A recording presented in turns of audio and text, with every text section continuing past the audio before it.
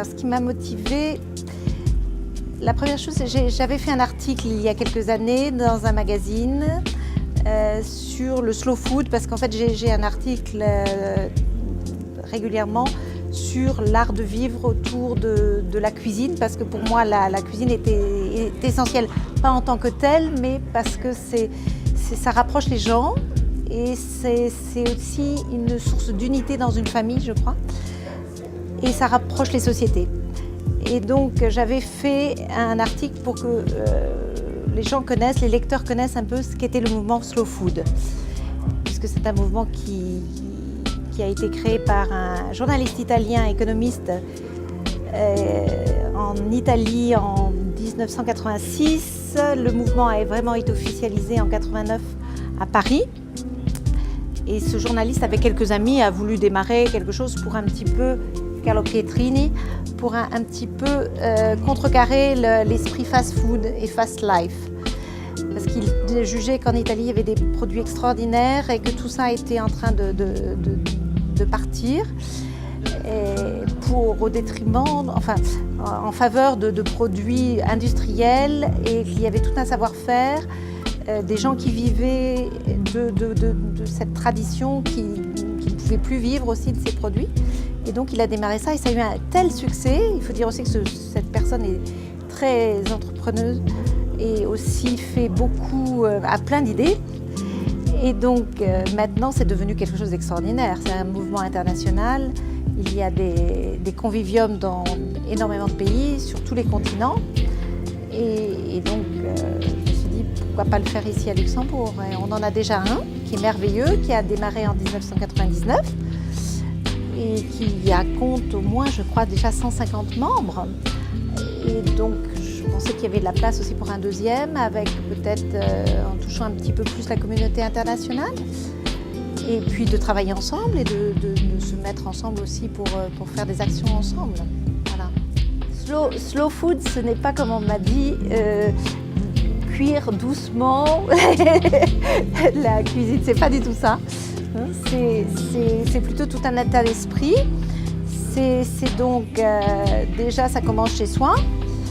Ça commence par la responsabilisation, se sentir responsable quand on va faire ses courses et faire un choix dans ce que l'on veut acheter, en essayant de privilégier des produits locaux, des produits, la notion 0 km aussi, des produits qui viennent vraiment de tout près, de producteurs, et d'essayer de connaître les producteurs. Et ça, c'est possible même dans les grandes villes. On peut quand même plus ou moins faire quelque chose comme ça. On dit que c'est pas possible dans les grandes villes. En tout cas, à Luxembourg, c'est possible parce que la ville n'est pas très grande, donc c'est possible. Aussi, je crois qu'il y a toute une action à faire auprès des écoles, auprès de l'université. On peut travailler aussi avec eux pour essayer de leur donner envie de s'intéresser à ce mouvement, pour que les gens puissent enfin décider par eux-mêmes, en connaissance de cause, ce qu'ils veulent manger et quelle est la nourriture qu'ils veulent avoir autour d'eux et quels sont les producteurs qui veulent avoir autour d'eux. J'ai l'impression, j'ai le sentiment que les gens sont contents, puisque les gens restent, les gens parlent. Ça, c'était le but aussi, de mettre non seulement de bien dîner, mais aussi d'avoir une convivialité autour d'une table. Et j'ai l'impression que ça marche, que les gens sont contents. On fait connaissance aussi, parce qu'il y a des gens qui ne se connaissaient pas, donc c'est sympathique, c'est aussi un endroit de rencontre ce soir. On a plein d'idées, maintenant il faut les mettre en pratique, il faut aussi travailler, collaborer avec d'autres gens.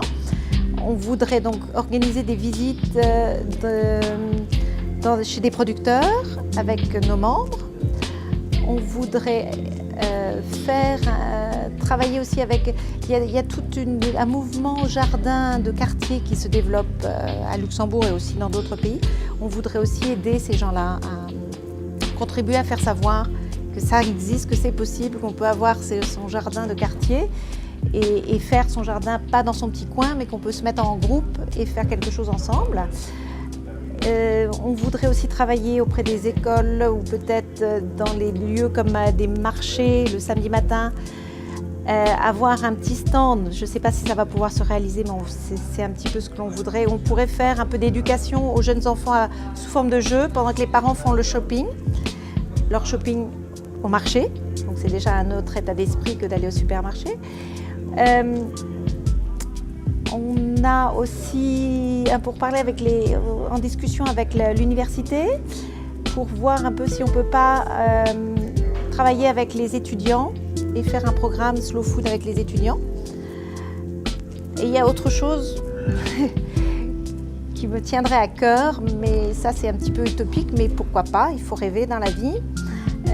Quand je vois à l'heure du déjeuner ces jeunes enfants qui sortent de l'école et qui se ruent dans des fast-foods de très très mauvaise qualité pour l'heure du déjeuner et qui sont par tous les temps en train de manger debout leurs nouilles chinoises, ou j'ai rien contre les nouilles chinoises, mais ça dépend comment elles sont préparées, ou la mauvaise qualité de nourriture, à l'heure du déjeuner, ça me fait vraiment mal au cœur.